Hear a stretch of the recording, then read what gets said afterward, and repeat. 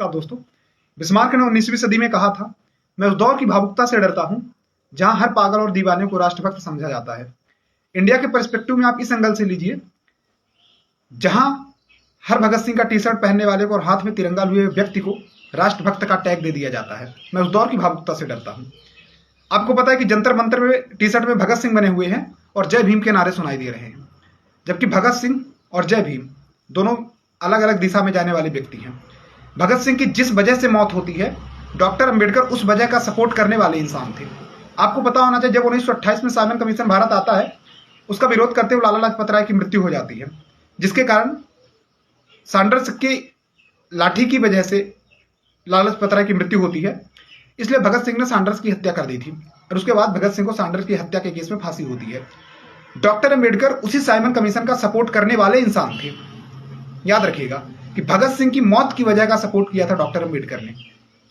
अब रही बात दूसरी, लोग बोलते हैं कि सावरकर को 60 रुपए महीने पेंशन मिलते थे। बिल्कुल मिलते थे। कहानी समझिए, जब 1924 में सावरकर अंडमान निकोबार से काला पानी की सजा काट करके निकलते हैं, उसके बाद 4 साल के लिए सावरकर को नजरबंद रखा जाता है और शर्त यह होती है कि सावरकर ना तो प्रैक्टिस करेंगे ना तो कोई अन्य काम धंधा करेंगे, उनको घर में ही नजरबंद करके रखा जाता है। इस कारण से उनके मासिक खर्च चलाने के लिए गुजारा भत्ता दिया गया था। याद रखिएगा, सिर्फ 4 साल तक सावरकर को गुजारा भत्ता दिया गया था। तो बातों को मैनिपुलेट मत कीजिए, फैक्ट के साथ समझिए।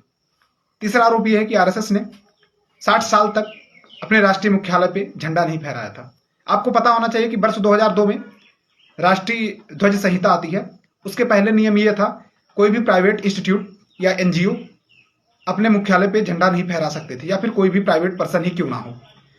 2002 से पहले केवल गवर्नमेंट सेक्टर या गवर्नमेंट संस्थान ही झंडा फहराने के लिए एलिजिबल थे।